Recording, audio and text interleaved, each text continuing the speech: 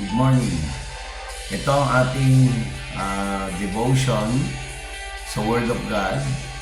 Ang title natin ay Consequences of Not Receiving Jesus Christ as Your Lord and Savior.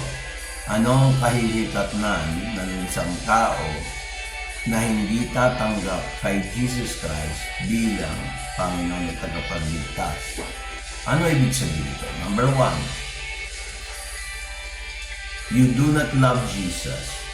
You do not accept the word from the Father, as Jesus said, saying this before He died, or before He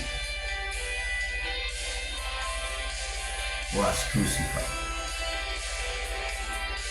Because of this, Jesus said in John chapter 14, verse 24 to 25, He that loveth me keeps not my sayings, and the word which ye hear is mine, but the Father's which sent me. These things have I spoken to you, being yet present with you. Ang sinumang hindi nagmamahal sa akin ay hindi isinagawa ang aking mga salita. Ang salitang inyong narinig ay hindi sa akin, ngunit sa Ama na nagsugo sa akin. Sinabi ko na sa inyo ang mga bagay na ito habang ako ay nabubuhay pa kasama niyo. Ibig sabihin, si Jesus pala, mga kapatid, nagbibilin na pag hindi siya iniibig, ang isang sintomas,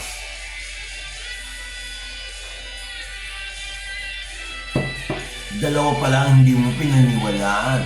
Una, yung Ama, kasi sinabi niya dito, ang sino mang hindi nagmamahal sa akin ay hindi isinagawa ang aking mga salita. So, ibig sabihin, ayaw mong gawin yung sinasabi niya. Ang salitang inyong narinig ay hindi sa akin, ngunit sa Ama. Tapos, anong koneksyon nun? Na nagsugo sa akin. Ibig sabihin, siya ay sinugo ni Jesus.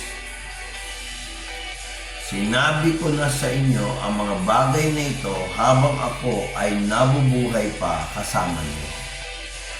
Kaya sabi niya, He that loveth me not keeps not my sayings, and the word which ye hear is not mine, but the Father's who sent me. These things have I spoken unto you, being yet present with you. So, isa yan.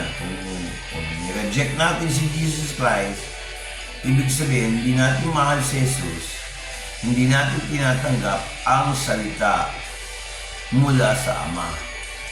Sinabi niya ito bago siya ipako sa krus, bago siya mamatay. Yung pangalawa naman, ibig sabihin nito, pag ni-reject natin si Jesus Christ, ang ibig sabihin nun, hindi ka naniniwala sa ginawa ni Jesus sa mundo o sa lupa. Paano pa kaya kung mga bagay tungkol pang-spiritual? Diba? Malinaw po yan. Pakinggan itong John chapter 3 verse 12. Sabi, If I have told you earthly things, and you believe not, how shall you believe if I tell you heavenly things? Yun yun, ang linaw, di ba?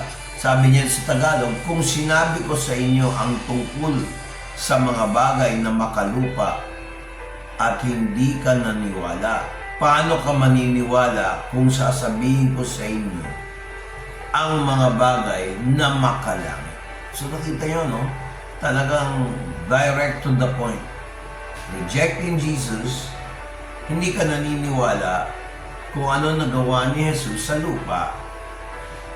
Paano pa kaya kung mga spiritual na mga bagay, gaya ng salitang langit, Minsan sasabihin natin, ay malayo pa naman eh. Nakita niyo. Pangatlo,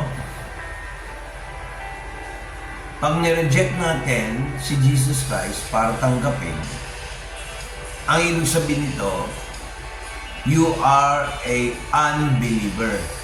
Wala kang faith. Or, if you do not receive Jesus, you are judged to be condemned already. Unless you believe in faith, while still alive, you know now you are condemned.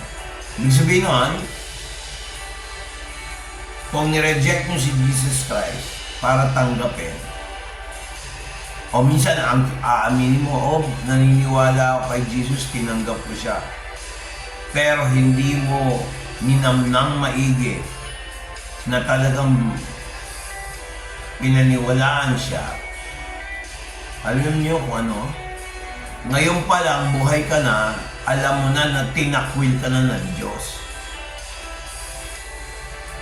Alam niyo yung building, o you are condemned already. Halimbawa yung building, di ba?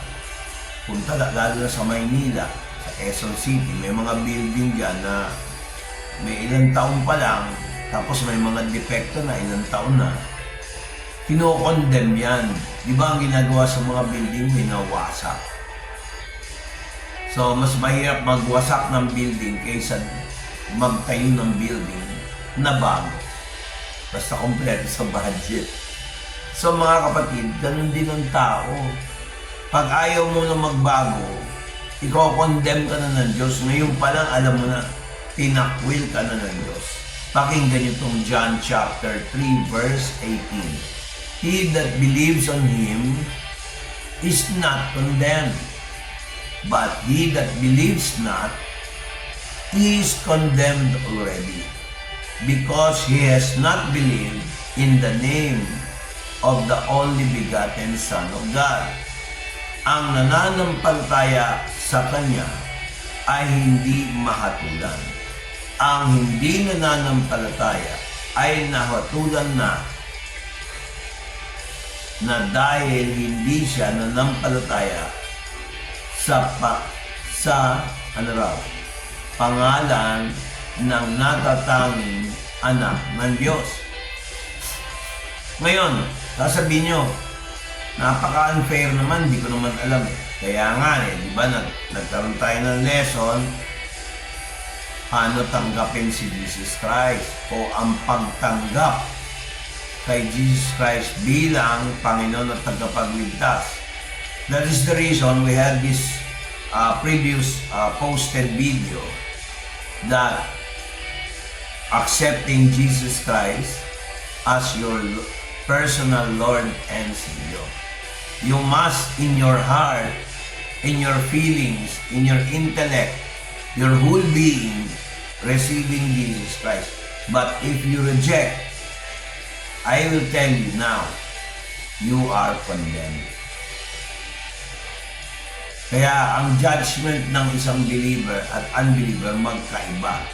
Ang judgment na tinutukoy dito ay yung condemnation. Ang nananampalataya sa Kanya ay hindi mahahatulan.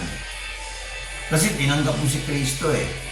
Pero ang hindi nananampalataya ay nahahatulan na dahil hindi siya nananampalataya sa pangalan ng natatanging anak ng Diyos. Kaya mga kapatid, delikado yan. Kailangan tanggapin natin si Jesus Christ as Lord and Savior. Sabi rin sa John chapter 5 verse 24, Verily, verily, I say unto you, he that hears my word and believes on him that sent me has everlasting life, and shall not come into condemnation, but is passed from death unto life. Kaya yung mga tao lang na nagbe-birthday, sakit man malaman tong katotohanan na to, baka hindi nyo alam. Mga tao lang na tumanggap kay Kristo, ang pwede mo i-greet na happy birthday kahit patay na. Pero hindi mo siya pwede kausapin. Pero na alam nila nangyayari. Nagpe-praise sila kay Lord. Yung mga namatay na tumanggap kay Kristo bilang Panginoon at tagapagligtas. Kasi nga wala silang kahatulan eh. Pag wala ka ng kahatulan, makikita mo na ang Diyos. Sabi nga dito, tunay nga ang nakikinig sa aking salita at naniniwala sa Kanya na nagsugo sa akin ay mayroong buhay na walang hanggan at hindi mahatulan. Sa halip na ilipat na siya mula sa kamatayan patungo sa buhay. Hindi magsasalita si Jesus Christ na pag tayo ay nakinig, narinig natin ang salita niya, ang salita ng Diyos, at nanampalataya tayo, naniwala tayo sa Kanya. Kasama yung nagsugo. Sino ba nagsugo sa anak? Ang Ama. Sino ba yung anak? Si Jesus Christ. Ang nagsasalita, si Jesus Christ. Tunay na nga na narinig ng aking salita. Diba? Tunay nga ang nakarinig ng aking salita at naniwala sa Kanya na nagsugo sa akin ay mayroong buhay na walang hanggan at hindi mahahatulan. Sa halip na ilipat na siya mula sa kamatayan patungo sa buhay. Ang pakaganda. Pero ang malupit dito, nahatulan na, na-condemned na. No? Kaya, ang Greek word nga hong ginamit dito sa nahatulan na, didasko, justice. Tapos ito pa, yung ika-apat, the true believer who received Jesus Christ will be resurrected in the first resurrection. The unbeliever will be damned. So, yung first, meron palang first and second resurrection. No? Yung unang resurrection, para may batch 1, batch 2. Yung unang resurrection, yung mga believer. Yung mga namatay kay Kristo, na matagal na namatay, mabubuhay muli. Tapos, meron naman, pangalawang resurrection, resurrection ng kahihiyan, katakwilan, kaparusahan. Pakinggan nyo kung dito po is done. And this is the will of Him, ulitin ko John chapter 6 verse 40. And this is the will of Him that sent me, that everyone who sees the Son believes on Him may have eternal life, and I will raise him up at the last day. Ang promise niya sa mga believer. Paano ka makakasama dyan? Hindi mo nga tinanggap ang salita ng Diyos. Hindi ka nga naniniwala sa akin. Kay Kristo pa. Ang salita ko naman, salita ng Diyos. Hindi naman yung sekta. Well, kami ay samahan din na naniniwala sa nabuhay na Kristo Jesus. Kaya ngayon, pakinggan yung Tagalog. Dahil ito ang kalooban ng aking Ama, na bawat isa na nakakita sa anak ay sumasampalataya sa Kanya, ay magkakaroon ng buhay na walang hanggan, at bubuhayin ko siya sa huling mga araw. So makita nyo, no? Pag nanampalataya ka kay Jesus, meron kang buhay na walang hanggan. Nangako siya, I will raise him up on the last day, at bubuhayin ko siya sa huling araw. Ano yung huling araw? Yung pagdating ni Kristo. Yung pagsalubong kay Kristo sa alapaap. Iba pa yun, mga kapatid. So, napakamahalaga nun. Tingnan nyo ang sabi sa Revelation, sa ibang religious group, lalo na yung Roman Catholic, they use the word revelation or apocalypse. No? Sabi niya rito, sa Revelations chapter 20 verse 5 to 6, but the rest of the dead live not again until 1,000 years were finished. This is the first resurrection. Blessed and holy is he that take part in the first resurrection. On such the second death has no power, but they shall be priests of God and of Christ, and shall reign with him 1,000 years. Hindi po Roman Catholic priest yan, wala po sinabi ang Bible yan, hindi po sinabing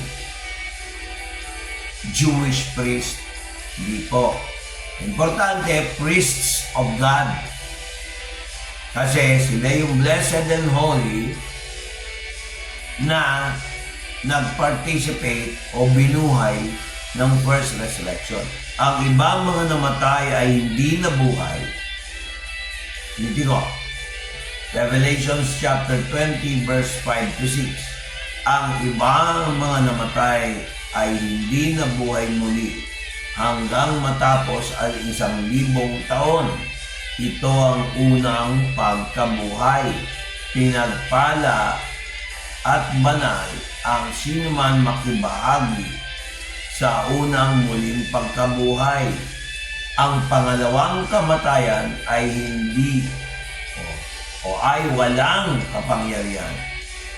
At tulad ng mga ito, sila ay magiging pari ng Diyos. Sila ay mag-aahari kasama niya ng 1,000 taon. Mga kapatid, pakinggan niyo ako. Una, binanggit dito yung unang muling pagkabuhay. First resurrection. Pangalawa, tinawag silang blessed and holy. Magkakaroon sila ng kanilang mga bahagi sa unang pagkabuhay. Na walang kapangyarihan ang pangalawang kamatayan. The second death has no power to those who were resurrected at the first resurrection. But the problem is, those who did not receive Jesus Christ as Lord and Savior, they will not participate in the first resurrection. The second death has power over them, unlike those who receive Jesus Christ as their Lord and Savior. Kasi malinaw ang pagkasabi, sila ang mga namatay na nabuhay hanggang matapos ang 1,000. Dito daw yung unang pagkabuhay. Pinagpala daw sila. Magkakabahagi sila sa muling pagkabuhay. Pero yung pangalawang kamatayan or second death, walang kapangyarihan sa mga nasa first resurrection. Ang masakit nito, marami sa atin nire-reject pa ang salita ng Diyos. Mga kapatid, kahit ang Roman Catholic Church at yung ibang mga churches have the same Bible, pero hindi nila alam. Hindi religion or religious organization incorporated ang makakapagligtas. Kaya napaka-importante po yan. Yung number 5 or number 5, no? Sabi, God shall separate the sheep. Who are the believers? The followers. Hindi basta believers, followers. And the goats, those who rejected or unbelieved, who did not follow. It means the unbelievers or who did not receive Jesus will be with the devil and his angels in the everlasting fire. Ihiwalay daw ni Jesus Christ ang mga tupa sa mga kambing. Pakinggan niyo yung English at saka yung Tagalog. Matthew 25 verse 33 to 34. And he shall set the sheep on his right hand, but the goats on the left. Then shall the king say unto them on the right hand, Come, ye blessed of my Father, inherit the kingdom prepared for you from the foundation of the world. Tagalog, ilalagay niya ang mga tupa sa kanyang kanan, ngunit ang mga kambing sa kanyang kaliwa, at sasabihin ng hari sa mga nasa kanan ninyo, Hali kayo, pinagpala kayo ng aking Ama, mamanahin niyo ang kaharian na inihanda para sa inyo mula pa nung likhain ng mundo. So, ibig sabihin, may mana tayo sa Diyos. Yung mga tumanggap kay Jesus Christ bilang Panginoon at tagapagligtas. Pero yung hindi tumanggap, kabaligtaran. Normally, si Jesus Christ pag nagsasalita, strong contrast. Yung bang pagkakaiba, hindi black, hindi white, hindi gray. Black and white lang. Hindi niya kinukompare, may gray, baka, maybe. Walang ganong desisyon. Yes or no. True or false. Napakasimple lang, true or false. Tinanggap mo ba si Jesus Christ bilang Panginoon at tagapagligtas? Sinunod mo ba ang kanyang salita? Nakikita ba yung katuwiran o yung righteousness of Christ? Imputed righteousness of Christ sa iyo? Kailangan tanggapin mo si Jesus Christ. Kung hindi, ang makikita ng Ama sa iyo o makikita ng anak sa iyo ay yung bahid ng kasalanan. Kasi hindi pa nahuhugasan. Pero ikaw ay tumanggap kay Kristo Jesus, hindi na makikita yung kasalanan mo. Madali ka nang humingi ng tawad sa kasalanan mo. Pero kung ikaw ay tao, nire-reject mo ang salita ng Diyos, nire-reject mo. Si Kristo pa kaya? Wala. Talagang alam mo na kung ano ang ibig sabihin.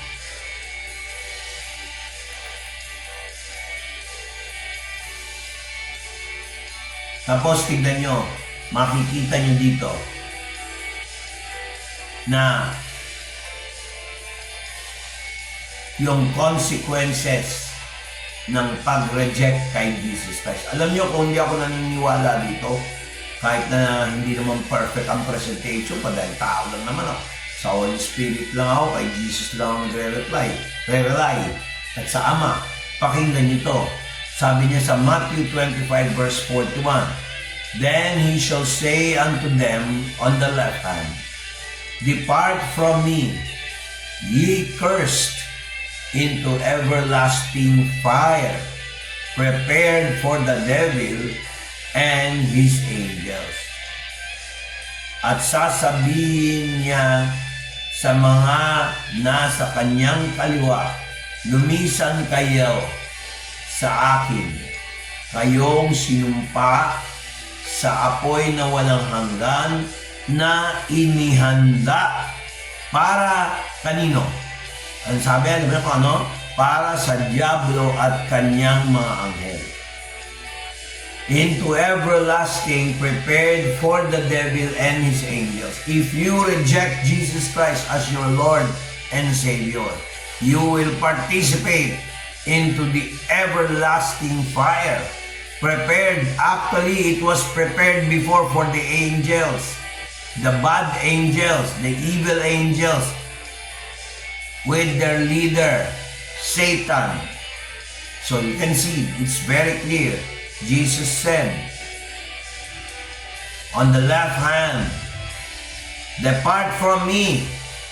Alis dyan. Parang gano'n eh. Depart from me, you cursed one.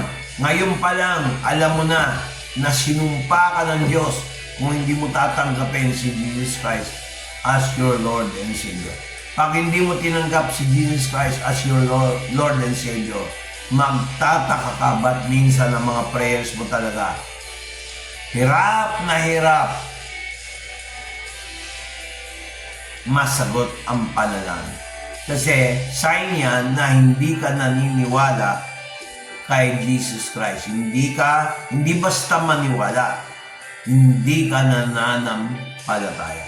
Hindi mo sinusunod ang salita ng Diyos. Tapos meron pa sinasabi rito. John chapter 5 verse 29. And shall come forth they that have done good unto the resurrection of life, and they that have done evil unto the resurrection of damnation. What Jesus meant by those who have done good is those who receive Jesus Christ and follow His word. Not just believe, intellectual belief, but there is action. Sabi niya ganito, at sila ay nagsilabasan, iyong mga nakagawa ng mabuti sa pagkabuhay muli sa buhay, at ang iyong nakagawa ng masama sa pagkabuhay na muli sa paghatol. So dalawa yung pagkabuhay. Pagkabuhay muli para sa buhay na walang hanggan, at yung isa naman, pagkabuhay muli sa pagkahahatol o pagtakwil. Sa ibang translation, pagtakwil. No? Kaya masakit, no? Ngayon pa lang, alam nyo na kung anong consequences o kahihinatnan ng mga taong hindi tatanggap kay Jesus Christ bilang Panginoon at tagapagligtas.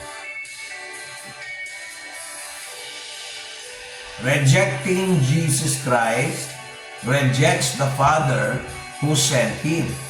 If you do not believe, you will die in your sins. Pag ating ayaw tanggapin si Jesus Christ, alam nyo kung ano ibig sabihin nun? Kagaya ng sinabi ko kanina, nireject mo na rin yung Ama na nagsugo sa Kanya. At kung anumang kasalanan meron tayo, mananatili sa atin yan.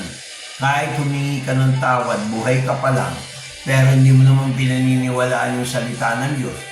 Nireject mo nga ako si Jesus Christ pa. Pag nireject mo ko, talagang sinasabi ko sa inyo yung salita ng Diyos, parang nireject mo rin si Jesus Christ. Pag nireject mo si Jesus Christ, nireject nyo rin yung Ama. Kaya sabi niya sa John chapter 12 verse 48, He that rejects me and receives not my words has one judges him. The word that I have spoken, the same shall judge him in the last day. Ang sinumang tumanggi sa akin at hindi tumanggap sa aking mga salita ay mayroong hahatol sa kanya. Ito ay ang salita ng aking sinabi na siyang hahatol sa kanya sa mga huling araw. So, ibig sabihin, mga kapatid, kung tayo pala ay, alam nyo na, tumanggi sa kanya, nireject natin siya.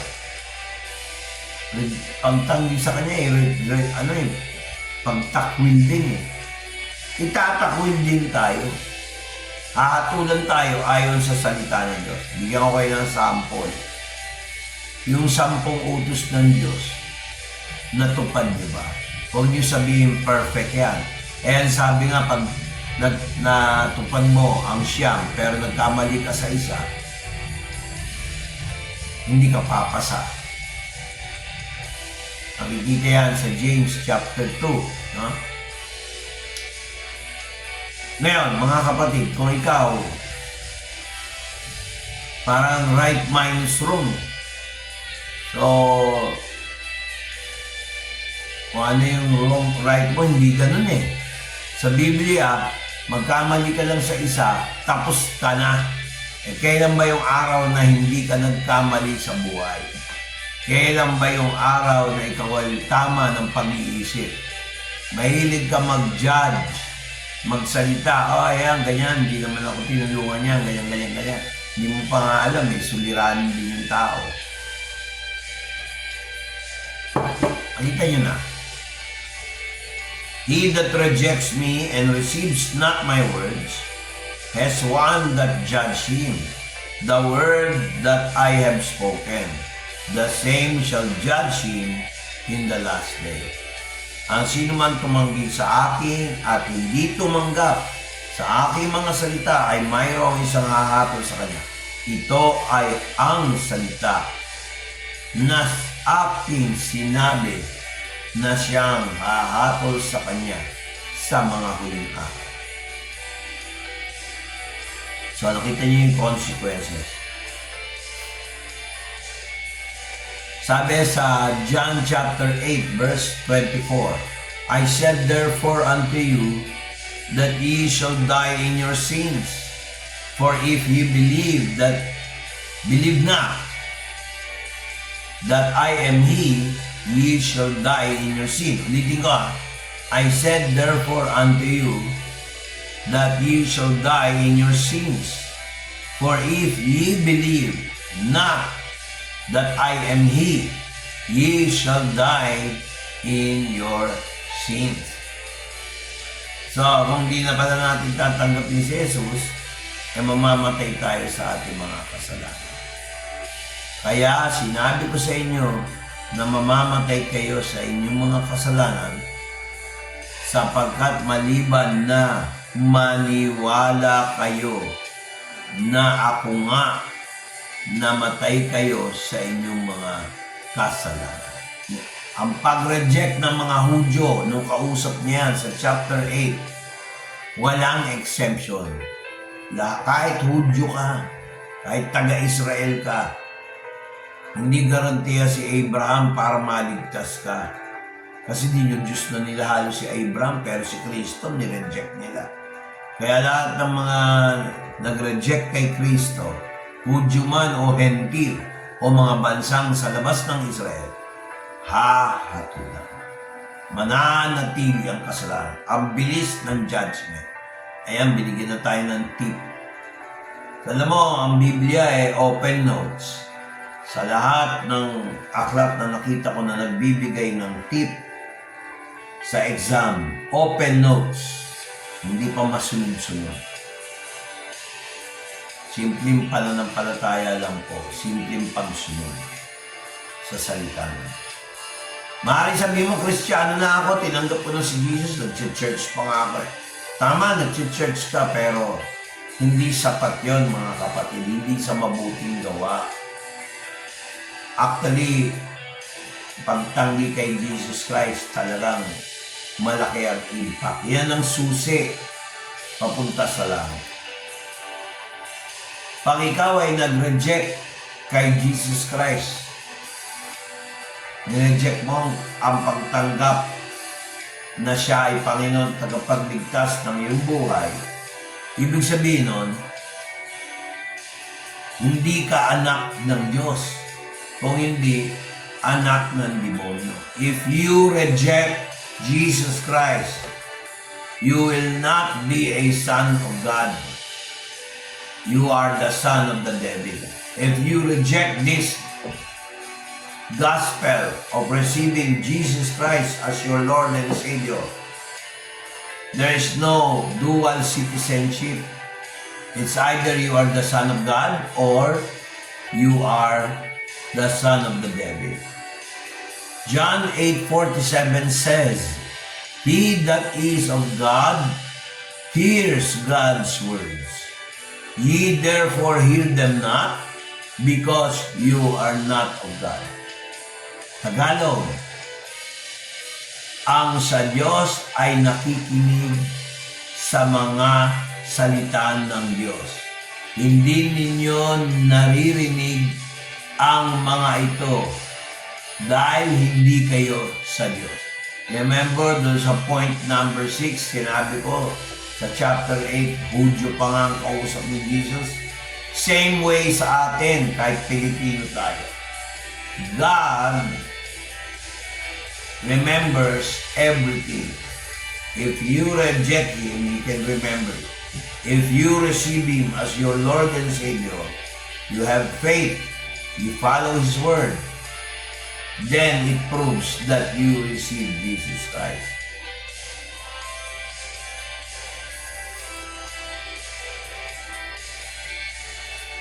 John chapter 8 verse 44, inulit na naman to. Ye are of the father the devil, the lusts of your father you will do. He was a murderer from the beginning and abode not in the truth, because there is no truth in him. When he speaks a lie, he speaks of his own, for he is a liar and the father of it.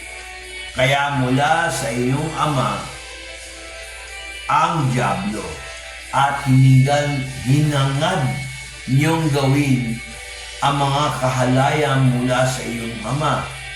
Siya ay isang mamamatay tao mula sa simula at hindi nananatili sa katotohanan dahil walang katotohanan sa kanya.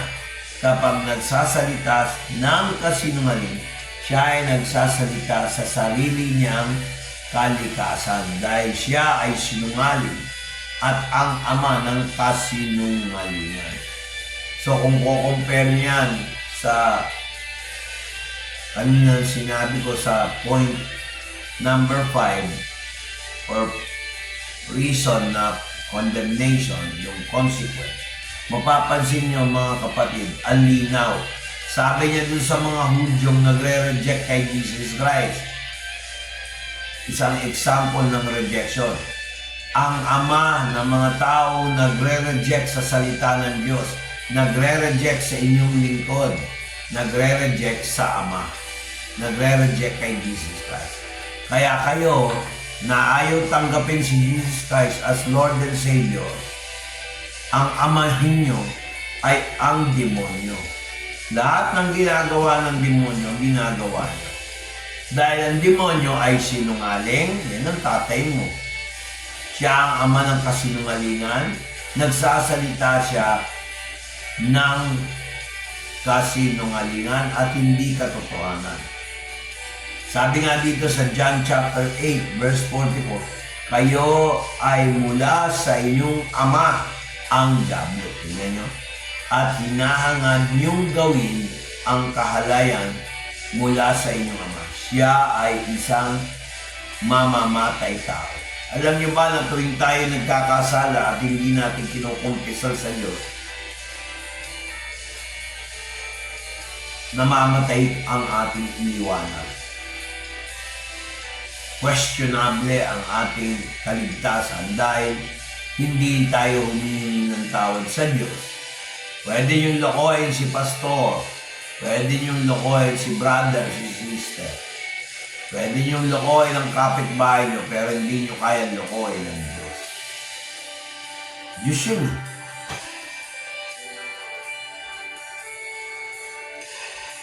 Tanong, anak ka ba ng Diyos o anak ka ng demonyo?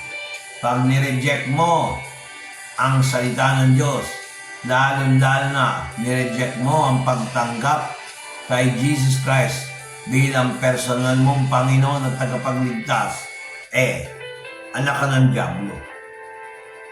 Siyempre, ayaw mo. Di tanggapin natin si Jesus Christ bilang Panginoon at tagapagligtas. Sabi nga dito sa Revelations chapter 20 verse 14 to 15, ang kamatayan at ang Hades ay itinapon sa lawa ng apoy.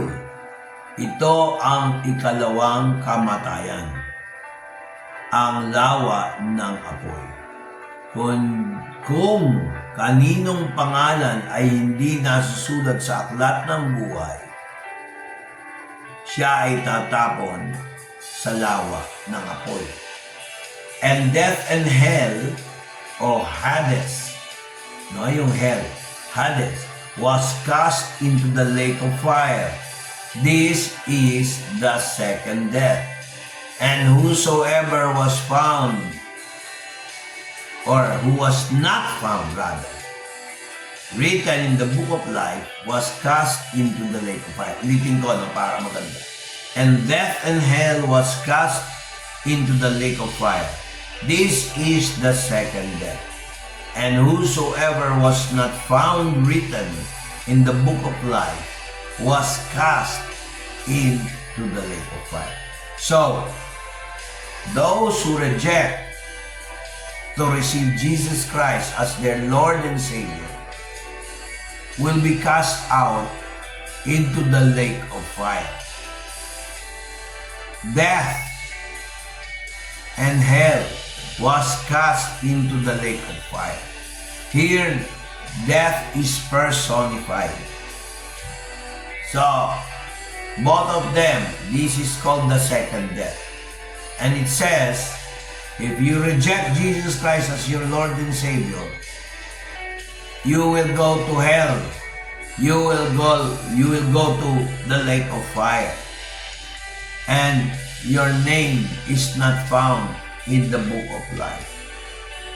Those who did not believe, those who rejected the salvation from Jesus Christ, will be cast into the lake of fire. Mga kapatid, lahat ng hindi tatanggap kay Jesucristo, hindi tinanggap bilang Panginoon at tagapagligtas, mapupunta sa lawa ng apoy.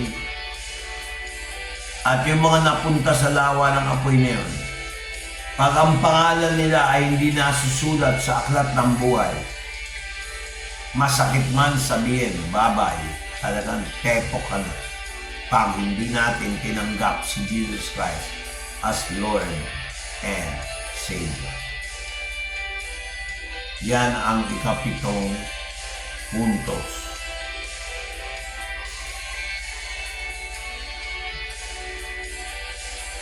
Kahit na religyoso ka, sabi dito sa point 8, hindi ibig sabihin garantisado yun na meron kang paniwala o yung tinatawag na pananampalataya sa Diyos. Pakinggan nyo ang Revelations chapter 20 verse 15.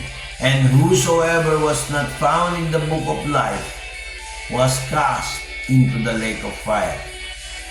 Kung kaninong pangalan ay hindi nakasulat sa aklat ng buhay, siya ay itatapon sa lawa ng apoy. Nakita nyo, kung sa election may registry, meron din sa langit, doon nakabatay. Alam nyo, lahat naman ng ginagawa ng tao, nakabatay sa langit kung anong ginagawa. Kaya yung sabi ni Jesus Christ din, dito sa Luke chapter 10, verse 20, gayon paman, huwag kayong magalak lamang sa mga ito, na ang mga espiritu ay sumusunod sa inyo, ngunit higit na magalak na ang inyong mga pangalan ay nakasulat sa langit. Meron kayo nababalitaan, nagpapalayas ng demonyo, nag-aalis ng mga barang, sumpa, mga kapangyarihan ng mga mangkukulam. Alam nyo kaya may power sila laban sa mga iba sa atin, hindi siya nagkakasakit. Alam nyo kung bakit? Walang Jesucristo na Panginoon tagapagligtas na ipaglalabang ka, banal na espiritu na. Bakit? Nireject mo si Jesus Christ eh. Sabi nga sa English, notwithstanding in this rejoice not, that the spirits are subject unto you, but rather rejoice because your names are written in heaven.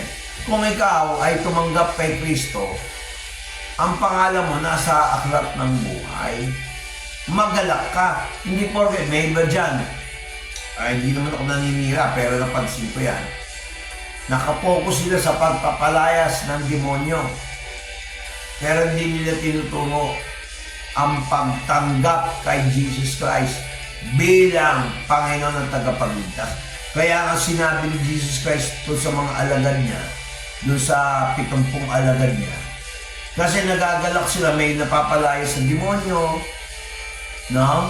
Tapos gumagaling sa sakit at karamdaman, nakapokus sa kanila, hindi nakapokus kay Jesus. Ang sinabi ni Jesus, huwag kayong magalak dahil yung mga espiritu, mga demonyo na yan, o anumang espiritu yan, napapalayas, no? Napapadala sa impyerno. Huwag kayong ganun. Dapat nakapokus tayo sa kaligtasan ng kaluluwa na ang pangalan mo nasusulat sa aklat ng buhay. Maraming ganyan eh. Napopokus sa mga nakikita. Tama yun. Prophecy, walang masama dyan. Pero hindi napopokus kung anong dahilan ng prophecy. Hindi napopokus anong dahilan ng kagalingan o inner healing o deliverance. Dapat nakapokus sa kaligtasan kay Kristo Jesus. Kaya pag tama ang inyong pagtanggap kay Kristo bilang Panginoon at tagapagligtas, kasi mayroon sasabi, tinanggap ko si Jesus, pero hindi naman. Ang tunay na tumanggap kay Kristo bilang Panginoon at tagapagligtas, may pusang palo. Hindi na kailangan sabihin, oy, umattend ka, ay, ikaw ay ganito magbigay, ay ganito, dapat automatic yung mga kapatid. Isa yan sa bunga ng banal na Espiritu sa totoong tunay na tumanggap kay Kristo bilang Panginoon at tagapagligtas. Ito pa, sabi dito, hindi porket religyoso ka, Lord, Lord, Lord, pupunta ng langit. Tingnan niyo, sabi dito sa Matthew chapter 7 verse 21 to 23. Not everyone who says unto me, Lord, Lord, shall enter into the kingdom of heaven, but he that does the will of my Father, who is in heaven. Many will say to me in that day, Lord, Lord, Lord, have we not prophesied in thy name? And in thy name cast out devils, and in thy name done many wonderful works. And then I will profess unto them, I never knew you. Depart from me, ye that work iniquity. You see? Hindi po lahat ng nagsasabi, Lord, Lord, Lord, no? Ay makakapasok sa kaharian ng langit. Amen ba? Ngunit hindi mapalayas ang ganitong uri ng mga demonyo. Kasi ganito yun eh. Itong Matthew 7 verse 21 to 23, hindi nila mapalayas ang demonyo. Maraming ginagamit yung pangalan niya. Malis ka dyan. Pero sa kalooban nila, hindi nila Panginoon at tagapagligtas si Jesus. May instance na sa Bible pinapalayas yung demonyo. Gumanti yung demonyo, hubad-hubad sila Sugat-sugat. Si Pablo kilala ko, si Jesus kilala ko. Who you? Sino ka? Nilapa sila ng demonyo. Bakit? Hindi sila tumanggap kay Jesus Christ bilang Panginoon at tagapagligtas. Hindi sila anak ng Diyos. Ang anak nila, demonyo rin. Tingnan niyo sabi rito, ngunit hindi mapalayas ang ganitong uri ng demonyo, maliban sa panalangin at pag-aayuno. Kita niyo? Verse 22.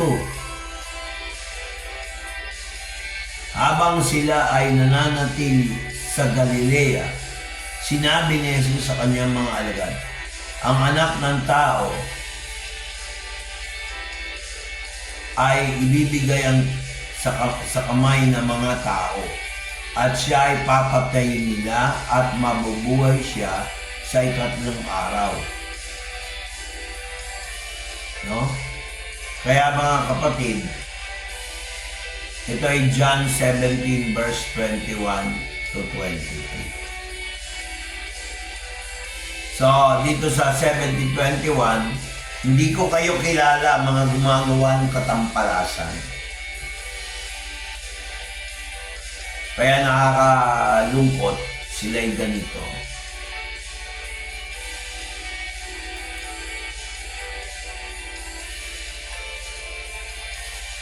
Ang ikasyam,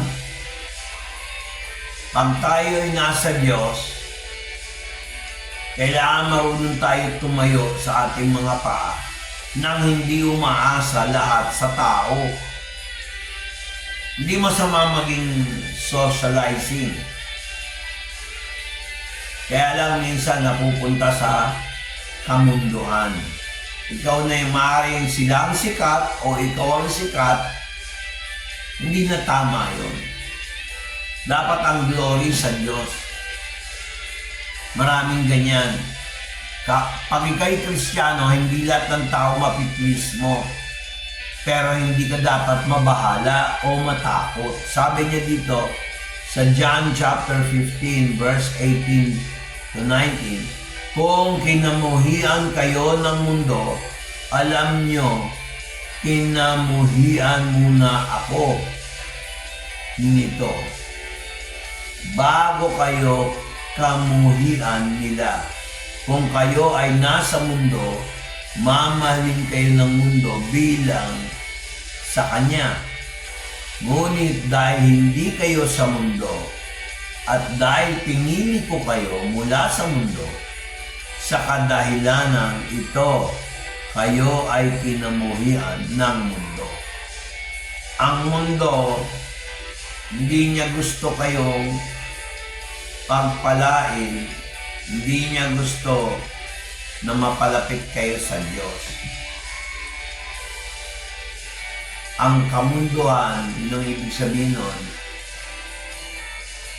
lagi kang nasa focus ng kaaway.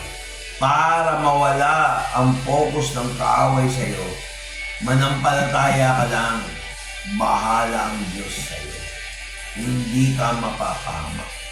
If the world hate you, you know that it hated me before it hated you. If you were of the world would love his own. But because you are not of the world, but I have chosen you out of the world, therefore the world hates you. Remember these words that Jesus Christ promised. If the world hates you, it hated me first. The world loves its own. So if the world loves you, you are of the world. But if the world hates you, you hate. The Father's love is in you. Don't be afraid, because Jesus Christ was rejected. Yung iba natatakot, pagka daw ikaw ay Kristiyano, mawawalan ka ng kaibigan. Hindi po totoo yun. Pagka Kristiyano kang totoo, hindi ka nagde-depend sa ibang tao, sa Diyos na. Ang mga tao, ginagamit din ng Diyos pag inuuna mo ang Diyos. Yan ang isang reason na ibig sabihin, hindi mo talaga tinanggap si Kristo, Jesus, kasi hindi mo pinaprioritize yung gawain ng Diyos. Doon pa lang, pag-reject na. Hindi pagiging religyoso. No? Kailangan pag-isipan natin maigi.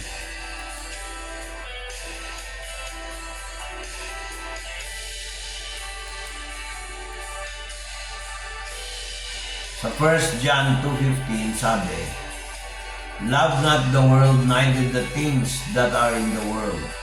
If any man love the world, the love of the Father is in him, not in him. If you love all the things on the earth, what good is it when you have everything in life, but there is emptiness? The Bible says in 1 John 2:15, we should not be too attached to material things. It is not bad to have possessions. But remember that possessions are only lended to you by God. It is not your own. So use your riches wisely.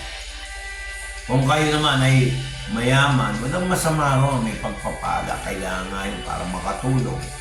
Sino ba naman ang hindi gusto magkaroon ng pera o what. Pero kung yung pera ang hahawak sa'yo, mali. Dapat ang pera ang hawakan. Huwag kang manghinayang. Sabi nga sa 1 John 2:15, huwag niyong mahalin ang mundo ni anumang mga bagay na nasa mundo. Kung sino man umiibig sa mundo, ang pag-ibig ng Ama ay wala sa kanya. Medyo bawas-bawasan natin yung pagiging materyoso. Iwasan natin ang pagiging puripot, lalo na sa gawain. Yun lang, mag-isip ka lang sa pastor mo na, nangangailangan pala ang church namin ng rent. Ayun, hindi ako nagpaparinig. Totoo naman, kailangan ng rent o kailangan bumili ng ganito. Ba't titipirin mo yung gawain? Pag humingi ka ng pagpapala sa Diyos, sobra-sobra hindi mo maibigay. Oras, panahon, resources, hindi mo magawa. Ay, mag-isip-isip ka ka. Sign yan kung ikaw ay tumanggap kay Jesus Christ bilang Panginoon at tagapagligtas. Number 10, ito. Kagaya ng sinabi ko, maraming tao, no? Sabi ganito, tignan nyo pakinggan nyo yung point 10. Pag tayo ay nag-reject, tanggapin si Jesus Christ as Lord and Savior, no? Sabi rito, even miracles and other signs you will not believe. You are deceived if it were from the Antichrist or the true Christ. Pag ikaw ay nag-reject kay Jesus Christ bilang Panginoon at tagapagligtas, madadaya ka. Hindi mo alam kung kay Jesus Christ yun, yung pagpapala, kunyari, o sa Antikristo. Kasi ganito yan Ang Diyos nagpapayaman din sa tao pero walang sama ng loob. Ang demonyo nagpapayaman pero puro sama ng loob. Doon lang makikita mo na. Parang yung mga tao, pinag-aawayan sino may-ari ng bahay. Di ba nakikita nyo? Kanino galing yung yaman yun? Sa sarili, hindi sa Diyos. Pero pag galing sa Diyos yan, smooth. Hindi pinag-aawayan yung bahay, hindi pinag-aawayan yung television, hindi pinag-aawayan kung ano yung nasa mesa, ano ulam, hindi pinag-aawayan. Pinag-uusapan ng maayos. Sign yan na hindi ka born again. Matakaw ka, ayaw mo magtira ng ulam. O anong tawag sa iyo?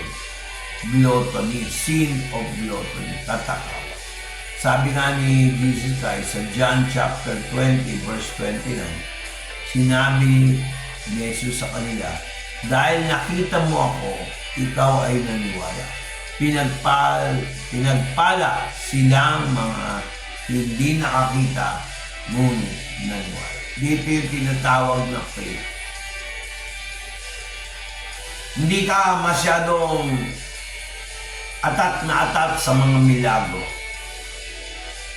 Hindi ka atat na atat sa pagpapagaling dahil alam mong gagaling ka.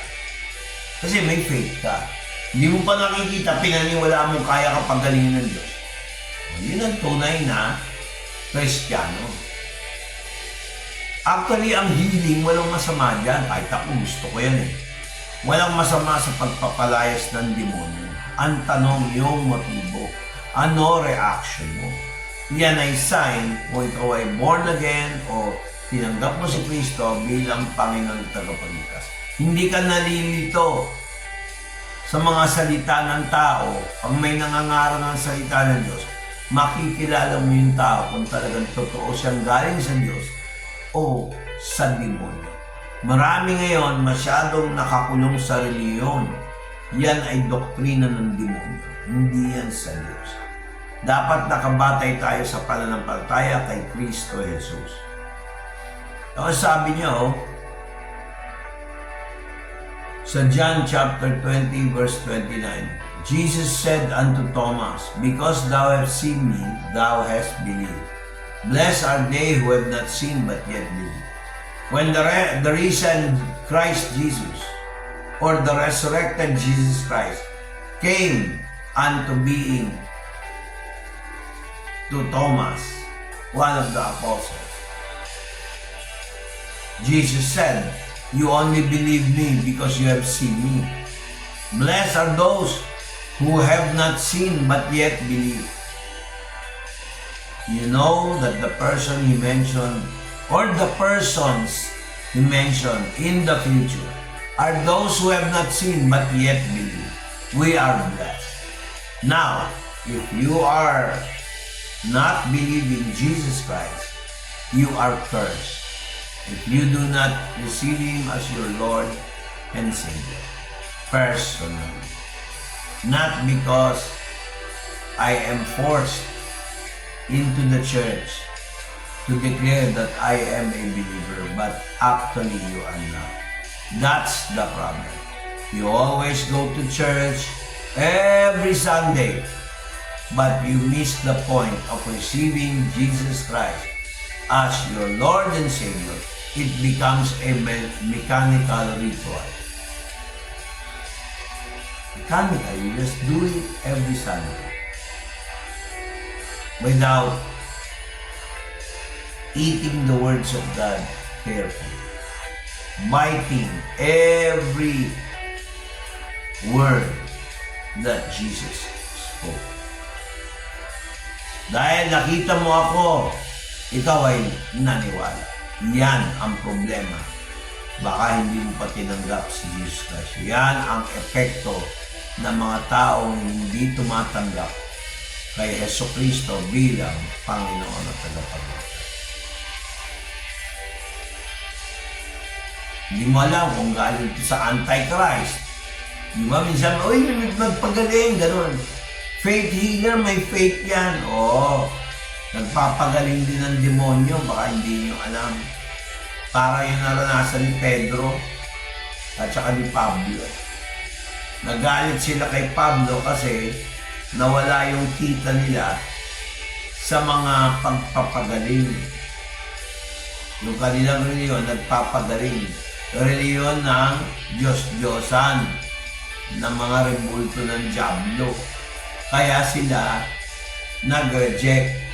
Nasaktan ako. Ba't mo pinakikialaman ang rebulto namin? May rebulto rin, parang sa ibang churches. Nakakalungkot mga. He that rejects me, sabi sa John chapter 12, verse 48, he that rejects me receives not my words. As one that judges him, the word that I have spoken, the same shall judge him in the last day. Ang sino man tumanggi sa akin ay hindi tumanggap sa aking mga salita at mayroong isang hahatol sa kanya.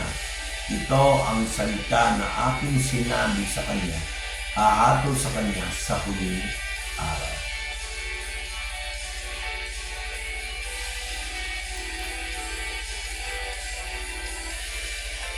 Pag ikaw ay hindi tumanggap kay Jesus Christ as Lord and Savior, wala kang paniwala sa mga supernatural, sa mga milagrong ginagawa ng Diyos.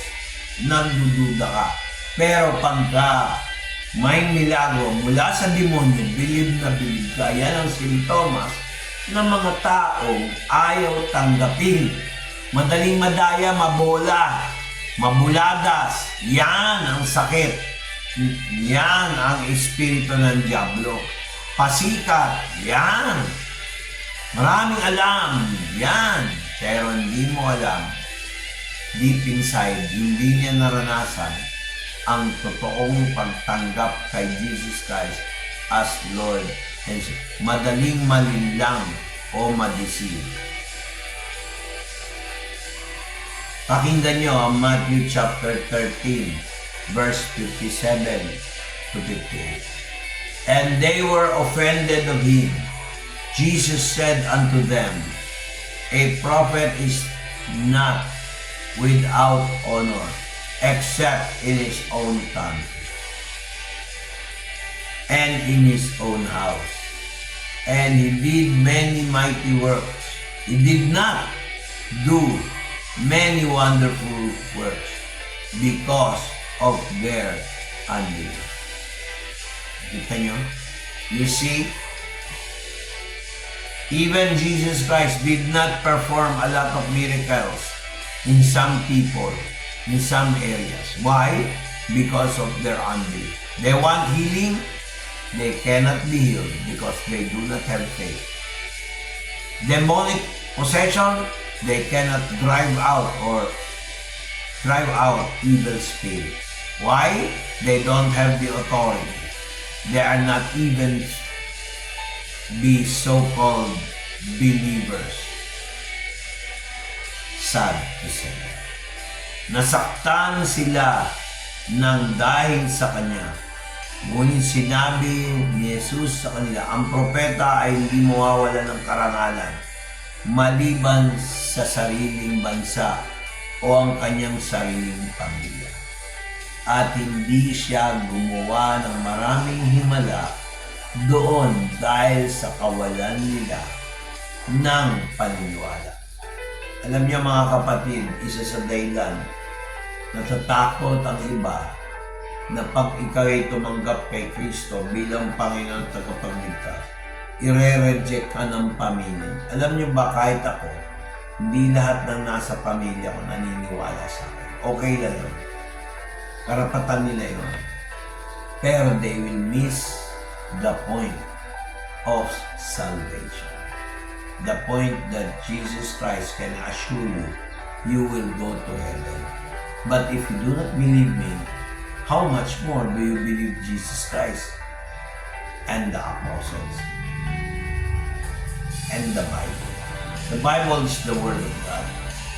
If you reject the Bible, the Word of God, you reject receiving Jesus Christ as Lord and Savior,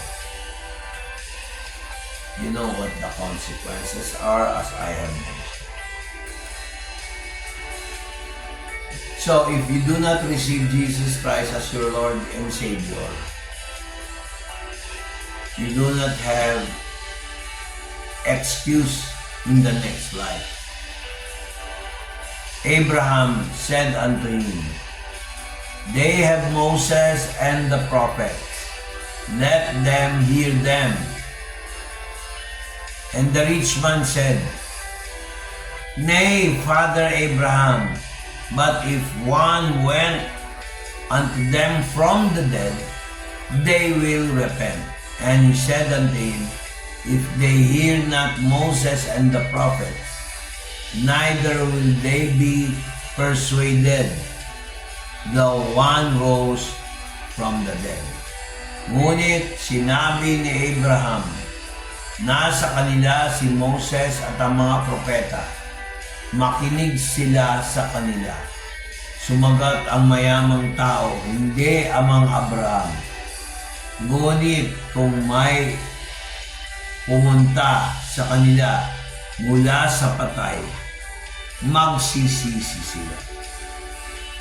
Ngunit sinabi ni Abraham sa kanya, kung hindi sila makikinig kay Moises at sa mga propeta, hindi rin sila mahihikayat kung may mabuhay mula sa mga patay.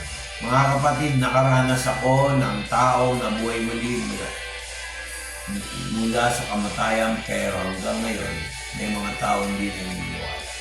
Tama si Jesus Christ sa sinabi niya, yung kwento tungkol kay Abraham, yung mayaman at kay Lazaro. Kung mapapansin yung Luke 16 verse 29 to 31 yan. Nakakalungkot po. Talagang, talagang pag nireject mo si Jesus Christ as Lord and Savior, ang kahihinan nun o consequence, hindi ka na maniniwala kahit sa milagro. Pangalawa, kahit may nabuhay mo, hindi ka maniniwala. Bakit? Wala kang faith wala kang feeling na sabihin mo, Next. Pag ikaw ay hindi tumanggap kay Jesus Christ bilang Panginoon tagapagligtas, ang isang sign niyan, wala kang bunga. Walang bunga ng pagbabago, walang bunga ng pagpapala, walang bunga na madadala mo ang kaluluwa sa Panginoon. Kung ikaw ay born again na totoo, tinanggap mo si Jesus Christ, may pagbabago sa iyong buhay spiritual. Maghihikayat ka sa ibang tao dahil na-bless ka eh. Pero kung hindi ka naman talaga totoong tumanggap kay Kristo bilang Panginoon ng tagapagligtas, wala kang bunga. Pakinggan nyo. Kailangan manatili ka kay Jesus. Kadalasan, yung mga tao, minsan magagaling pa sa worship, magaling sa preaching, pero hindi na natili sa Diyos. Bakit? Kasi walang power. Sabi nga niya dito sa John chapter 15 verse 6, if any man abide not in me, he is cast forth as a branch, and is withered. And men shall gather them and cast them into the fire, and they are burned. Sabi rito, ang sinumang hindi nanatili sa akin, tinatapon siya katulad ng sanga at matupyo. Tinitipon ng mga tao ang mga sanga at itinatapon ang mga ito sa apor. At ang mga ito ay sinusunod. Alam niyo ba yung sinasabi ni Jesus Christ katulad ng sanga? Doon mo makikita kung ito'y totoong ligtas. Kailangan meron kang bunga ng banal na Espiritu, bunga rin na makapagdadala ng kaluluwa. Imposibleng hindi kasi kung na-bless ka at may nakita ka, ay importante sa buhay ko to. I-share mo. Kung hindi ka magaling magdaldal, dalhin mo.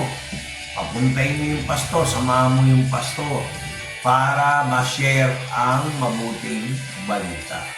Marami tayong excuse na hindi naman dapat. Kung talagang totoong mananampalataya ka. No? Makikita mo, mararanasan mo ang mga milagro, mga pagpapala, mga tagumpay sa pagsubok. Pero kung ikaw ay hindi mananampalataya at may problema, wala kang tagumpay. Bakit? Wala kang Kristo Jesus. Baka mamaya yung tagumpay na binigay sa'yo sa diablo pala, sa maling pamamaraan.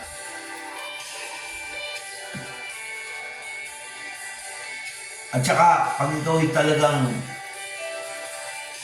born again o tumanggap kay Kristo bilang Panginoon at tagapagligtas, magbibigay ka ng effort. Pagsamba, pagpuhi, pasaslam, effort yan, sacrifice yan. Kaso maraming Kristiyano, hanggang bla bla bla bla, hindi totoong Kristiyano. Bla bla bla bla, hindi tunay na ligtas. Sabi rito sa Matthew chapter 17, then Jesus answered, O faithless and perverse generation, how long shall I be with you? Nakita niyo mga kapatid.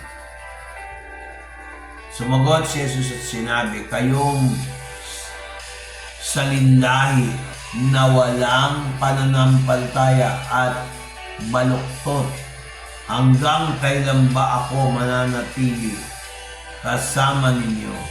Hanggang kailan ako magtitiis sa inyo? Dalhin ninyo siya sa akin. Kasi yung mga tao walang faith, hindi nila mapalayas yung sakit ng bata na epileptic. Eh yan, hindi naman aalis yan, yung sakit na yan, kung wala kang faith. Magkaroon ka ng faith, kagaya ko po, sabi ni Lord sa akin, hindi ka mamamatay, hindi ka mabubulag, hindi ka mauutal, hindi ka mapaparalyze. Natupad. Pero naranasan ko po may stroke 4 na beses. Saksi ang bayaw ko saksi ang misis ko, saksi ang manugang ko si Echo at si Blessing. Saksi ang mga pamangkin ko sa misis ko. Marami naging saksi. Tsaka yung revelation ng Lord, malinaw. Pag ikaw ay totoong may takot sa Diyos, totoong tumanggap kay Jesus Christ bilang Panginoon at tagapagligtas, maraming mababago sa iyo sa buhay na imposible, na hindi mo kayang gawin sa iyong sarili. Dahil alam mo, langit ang patungo mo kung ikaw ay tumanggap kay Kristo. Pero pag hindi, impyerno. Ngayon, ang tanong ko po sa inyo, dahil pinag-usapan na natin, ano ang kahihinatnan o resulta ng hindi pagtanggap kay Jesus Christ? Mananatili ka pa ba ng desisyon na hindi mo tatanggapin si Jesus Christ? Will you still decide not to receive Jesus Christ? Revelation chapter 3 verse 20. There is an invitation. I stand at the door and knock. If any man hear my voice and open the door, I will come to him and will sup with him, and he with me. You see, you must decide right now to receive Jesus Christ as your Lord and Savior, or take the consequences of not receiving Jesus Christ as your Lord and Savior. Narito ako'y nakatayo sa pintuan at tumutuktok. Kung ang sino man ay duminig sa aking piling at magbukas ng pinto, ako'y papasok sa kanya at hahapong kasalo niya at siya'y kasalo ko. Bilo mo si Jesus titira sa puso mo, titira sa buhay mo. Di ba magandang pangako yan?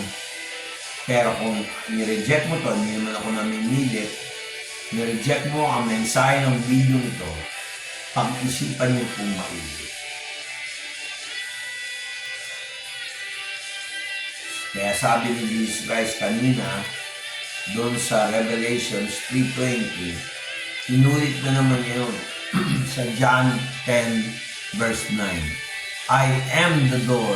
By me, if any man enter in, he shall be saved, and shall go in and out, and find pasture.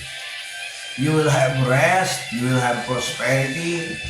I'm not preaching prosperity gospel, but there is a part there that God prospers your hands to whatever you do once you truly accept Jesus Christ as your Lord and Savior. Remember that. John 10:9. Ako ang pintuan at ang sinumang taong pumasok sa kanya ay maliligtas. Papasok at lalabas, makakasumpong ng pastulan. Ano yung sabihin mo? Pag pastulan, katulad ng tumpa, meron siyang provision, mga kapatid.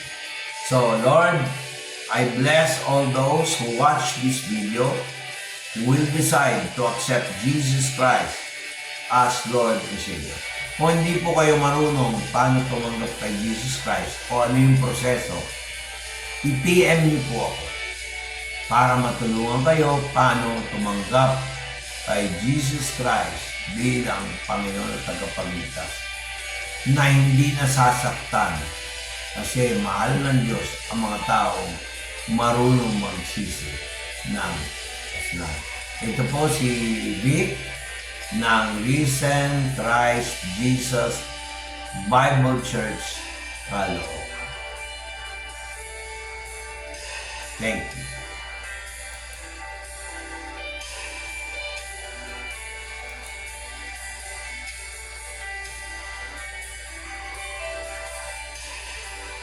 Lord, pagpe-pray ko lang po lahat ng nanonood dito. Pagpalain mo, Lord, lahat ng nakikinig. Salamat sa pagpapatawad mo sa kasalanan. Salamat sa mga tengang bukas sa iyong salita. Pagpalain mo sila lahat ng nag-view sa video nito. Kasi Lord, napakabuti mo sa amin at pinibigyan mo ng halaga ang bawat kaluluwa na tumutugon sa iyong salita. Hindi ka natutuwa na merong namamatay na walang Kristo Jesus sa buhay. I pray, Lord, lahat ng totoong Kristiyano na tumanggap kay Kristo, pagpalain. Pati yung mga hinag-reject, bigyan mo sila ng chance para tanggapin ka bilang Panginoon at tagapagligtas. Time is precious. You must accept Jesus Christ as your Lord. Thank you and God bless. See you.